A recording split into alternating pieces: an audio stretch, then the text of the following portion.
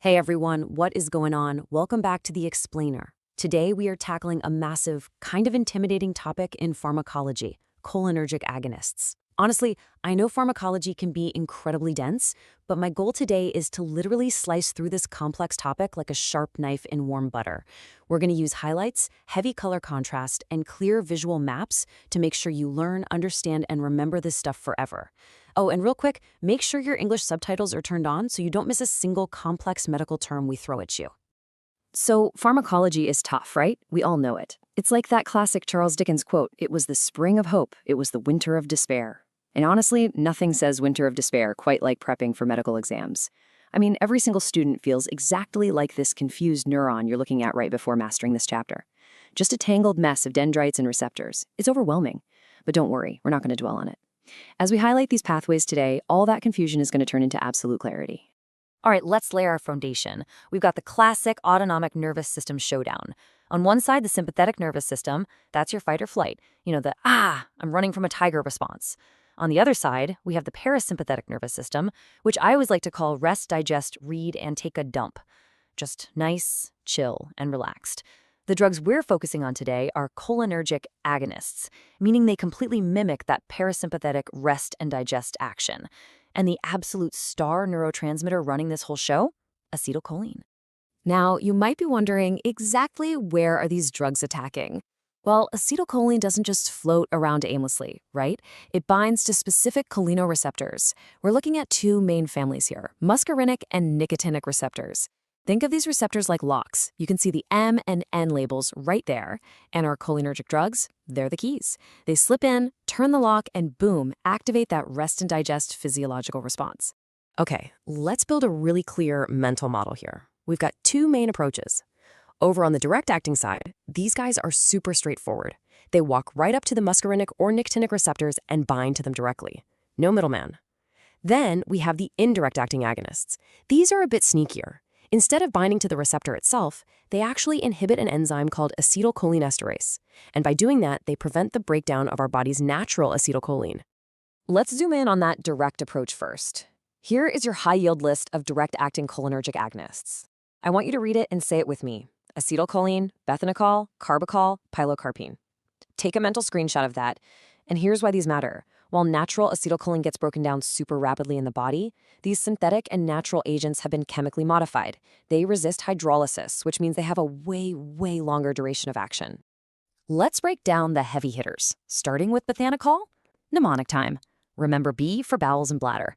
Bethanechol stimulates the atonic bladder and gastrointestinal tract. Therapeutically, this is absolutely huge for patients dealing with postpartum or postoperative urinary retention. It directly stimulates that detrusor muscle to get things moving. Because think about it, if you're in sympathetic overdrive, like running from that tiger we talked about, nobody has time to pee. But with Bethanechol, we are artificially forcing that parasympathetic rest, digest, and release response. Now notice the bright color contrast highlighting the key differences between our next two direct actors, Carbachol versus Pilocarpine. Carbachol is highly potent, mostly used locally in the eye to produce meiosis. That's a marked constriction of the pupil, usually for eye surgery. But then we have Pilocarpine. Think P for penetrates the CNS and pupil constriction. Because of its specific, uncharged tertiary amine structure, it basically slips right past the blood-brain barrier. It's a real game changer in ophthalmology for reducing intraocular pressure in patients with glaucoma. All right, we've covered the direct approach. Now let's shift gears to the indirect approach. This is an absolutely crucial three-step process. Step 1. Acetylcholinesterase, or ACAG, normally cleaves acetylcholine right in the synaptic cleft, shutting off its signal. Step 2. Our indirect-acting drug swoops in and blocks or inhibits that ACG enzyme. And finally, step 3, because the enzyme is blocked, our natural acetylcholine just accumulates and pools in the synapse. That leads to a massive, widespread receptor activation. So what exactly are these enzyme-blocking drugs? Well, here's your high-yield list of reversible inhibitors. Physostigmine, Neostigmine, Pyridostigmine, Edrophonium. Are you noticing a pattern here? Look closely at that stigmine suffix. Whenever you see stigmine on an exam, your brain should immediately scream indirect-acting reversible cholinergic agonist. It is literally a cheat code for your pharmacology tests. Now, I really need you to focus on this side-by-side comparison because confusing these two will result in a metaphorical smack to your gluteus maximus on test day. Seriously, physostigmine is uncharged. Think Phi for freely crosses the blood-brain barrier. It penetrates the CNS and serves as the antidote for atropine poisoning. Neostigmine, on the other hand, starts with an N. Think N for no CNS penetration. It stays out in the periphery and is heavily used to treat muscle weakness in myasthenia gravis. Whatever you do, do not mix up their CNS penetration capabilities. Next up, we have edrophonium. Now, this is an incredibly short-acting agent. We are talking a window of just 10 to 20 minutes of action. Because it's so quick, I want you to mentally highlight the word diagnosis. You are not prescribing this for long-term chronic management. No way. You use edrophonium as a rapid test for the diagnosis of myasthenia gravis. Let's look at another critical group of indirect actors. Patients with Alzheimer's disease suffer from a devastating deficiency of cholinergic neurons in the CNS.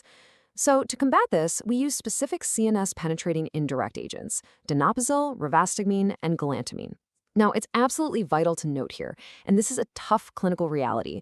While these drugs help boost acetylcholine to delay the loss of cognitive function, they unfortunately cannot stop the progression of the disease itself. Okay, so what actually happens when we push this whole rest and digest system a little too far?